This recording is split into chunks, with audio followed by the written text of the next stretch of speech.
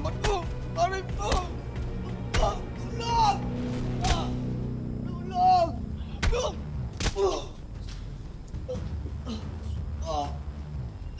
Aray, wag, please! Pag-usapan naman... Wag!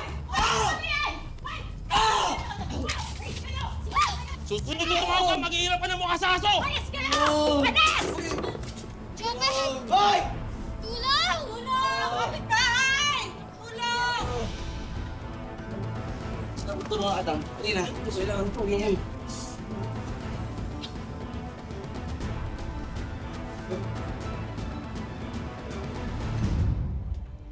Ma'am, Ano ba yan, Jopet? may ipapasa sana ako. Mag-resign na po ako, ma'am. Jopet naman, ano ka ba? Huwag naman ganun. Ano ka ba, isa ka sa mga promising agents namin dito sa kumpanya, di ba?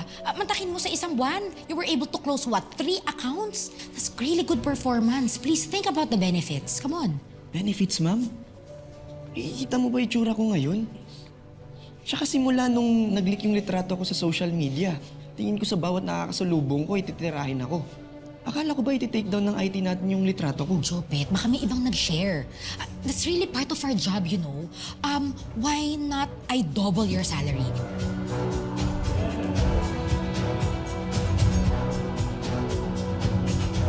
Ang ganda ng performance mo, Jopet. Sayang naman. Or bukas na bukas ita-transfer kita sa sister company natin. Pero huwag ka namang umalis.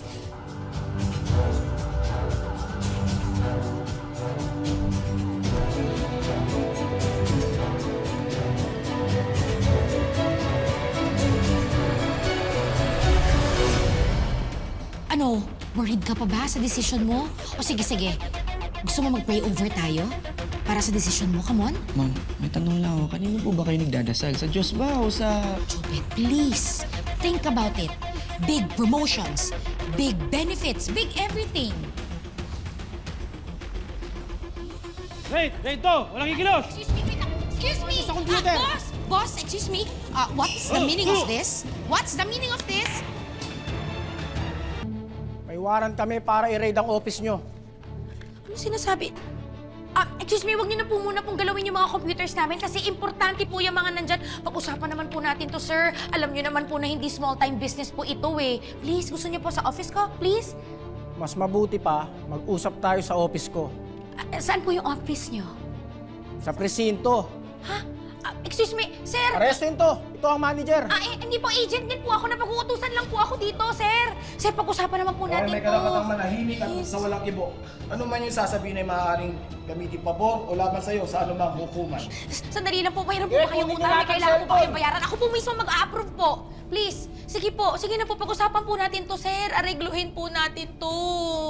Sige na po, sir. Kayo po, meron po kayong utang na kailangan bayaran? Sige na po.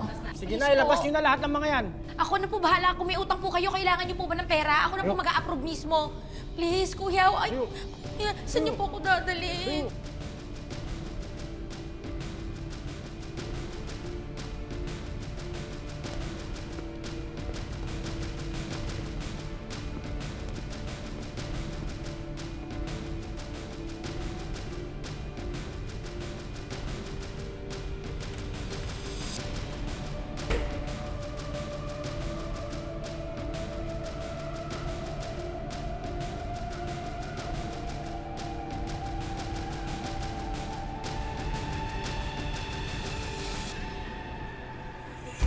Boss!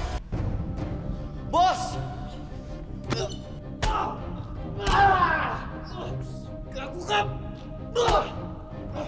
Tarantado ka! Pinama mo kami! Gagantihanin kita! Loko! Naprasito ka ng paliwanag! Boss! Tawan mo! Tawan! Sama yan!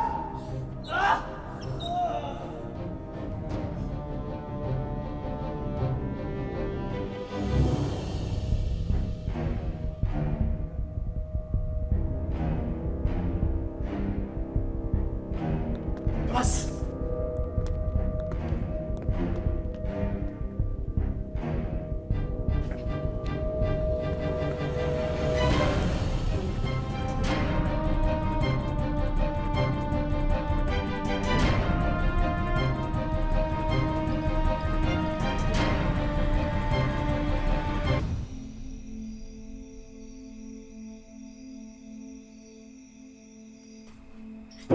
Catherine!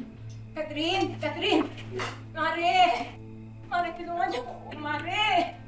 Judy! Mare, please! Catherine! Anong ginagawa mo dito? Mare, hihilisan ako ng tulong para sa inyo. Nasa ama sa Reid si Jopet eh.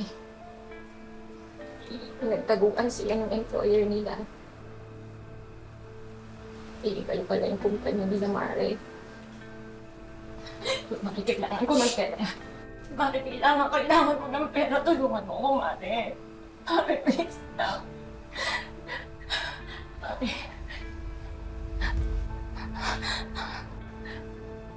Catherine. Catherine, alam ko naman yung dinulot sa yung gulo ni Jopet. Oo, alam ko yun, nak. Pero sana, nak, sana wag mong kalimutan naman na minsan tinutulungan din naman namin kayo, di ba? Catherine, nandito ako ngayon para ihingi ng tawad si Jopet. Anak, tulungan mo ako mailabas siya sa kulungan. Parang awa mo lang. Bakit? Nung sagana kayo at humingi kami ng tulong, anong ginawa niyo? Ha? Di ba dinedman niyo kami? Halos masiraan kami ng ulo nang dahil dyan sa anak mo. Halos masira yung pamilya ko nang dahil dyan kay Jopet. Tama na. Pero Nay, Kung kinakailangan akong lumuhod sa inyo, maglulumuhod ako sa inyo.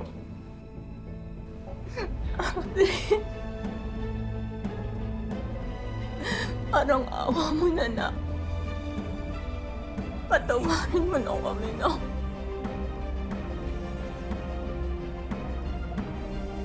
Patawarin mo na kami.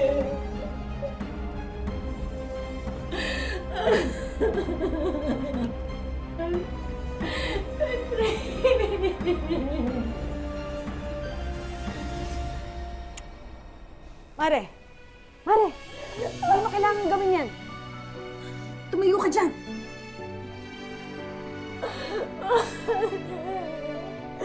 Parang awa na tulungan niyo ako. Sige, sige. Kung ano magagawa namin, tutulong kami. Salamat, Mari. Salamat.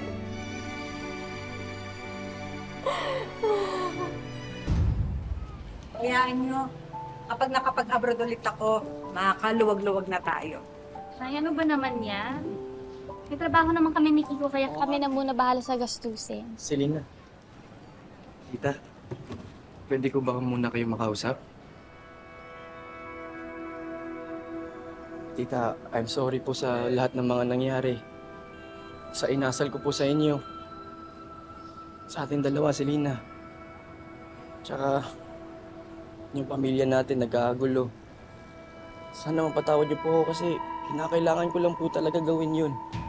Sana maintindihan niyo po yung